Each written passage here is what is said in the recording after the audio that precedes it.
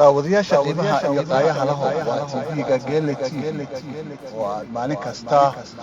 aad ka daawataan barnaamijka Soomaalida iyo maanta haddaba barnaamijkeena oo ah mid aad u xiiso badan waxaad ka bogan kartaan barnaamijkeena Soomaalida iyo maanta qiimaha waa mar kale iyo barnaamijkii Soomaaliya iyo maanta oo aad ka daawataan Gele TV barnaamijkeena maanta wuxuu ku saabsanaan doonaa madaxweynaha dowladda federaalka Soomaaliya oo magacaabay ra'iisul wasaare cusub dowladda Puntland oo albaabada isugu dhufatay idaacad ka howlgasha gudaha oo loogu yeero ama loo yaqaan Horseed Media qaramada midoobay dowladda Mareykanka ururka midowga Yurub iyo ururka midowga Afrika oo soo dhaweeyay magacaabista ra'iisul wasaaraha daawadayaasha qiimaha iyo qaayaha lahow waxaanu haddana aynu kacaynaa dhinaca iyo magaalada Muqdisho iyo madaxtooyada Soomaaliya madaxweynaha dowladda federaalka ee Soomaaliya Dr. Xasan Sheekh Maxamuud ayaa maalintii Sabtida ahayd u soo xushay ra'iisul wasaare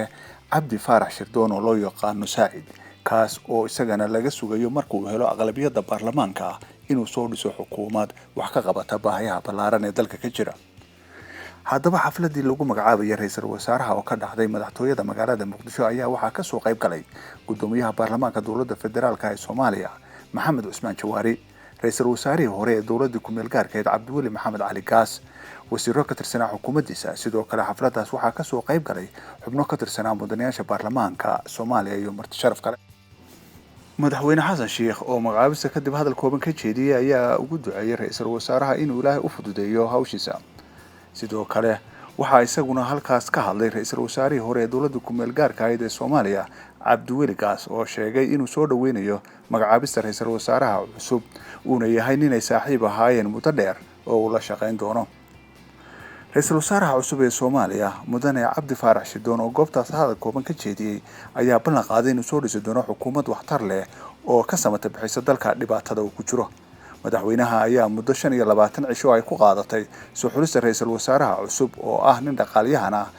isla mar ahaantaana kamid ah ganacsatada Soomaaliya inkastoo aan lagu aqoon dhinaca siyaasadda ayaa haddana waxaa loo arkaa inay madaxweynaha isla saaqaadi karaan maadaama labadooduba ay ku cusub yihiin masraxa siyaasadda inta haddaynu kaga gudubno magaalada Muqdisho bal haddana aynu u gudubno dhinaca iyo Puntland iyo magaalada Garowe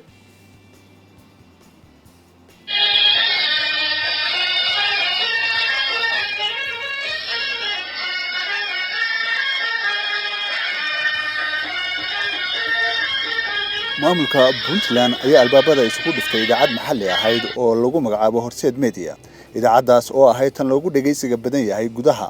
maamulka Puntland marka loo eego idaacadaha sida gaarka ah loo leeyahay ee ka shaqeeya gobolada Puntland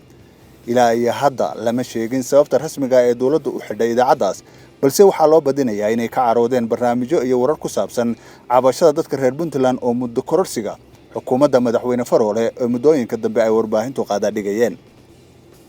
wasiirka cusub ee warfaafinta Puntland Maxamed Caydi Dirir ayaa sheegay markii uu xafiiska la wareegay inay tallaabo ka qaadi doonaan warbaahinta isku dayda in ay baahiso warar ama barnaamijyo ka soo horjeeda waxa ugu yeeray dimuqraadiyiinta Puntland oo loo qaatay inay tahay muddo kororsiga agaasimaha guud ee warbaahinta Horseed Media Engineer Ismaaciil Saciid ayaa sheegay isaguna intani ay tahay caburin saxaafadda oo la doonayo in shacabka Puntland laga hor istaago sidii ay u heli lahaayeen warar dhexdhexaad ah tan iyo markii xukuumadda madaxweyne Faroole uu la wareegay talada Puntland saxaafadda ka howlgasha goboladaas waxay la kulmayeen xarig jirdil iyo caburin aan garowshiye lahayn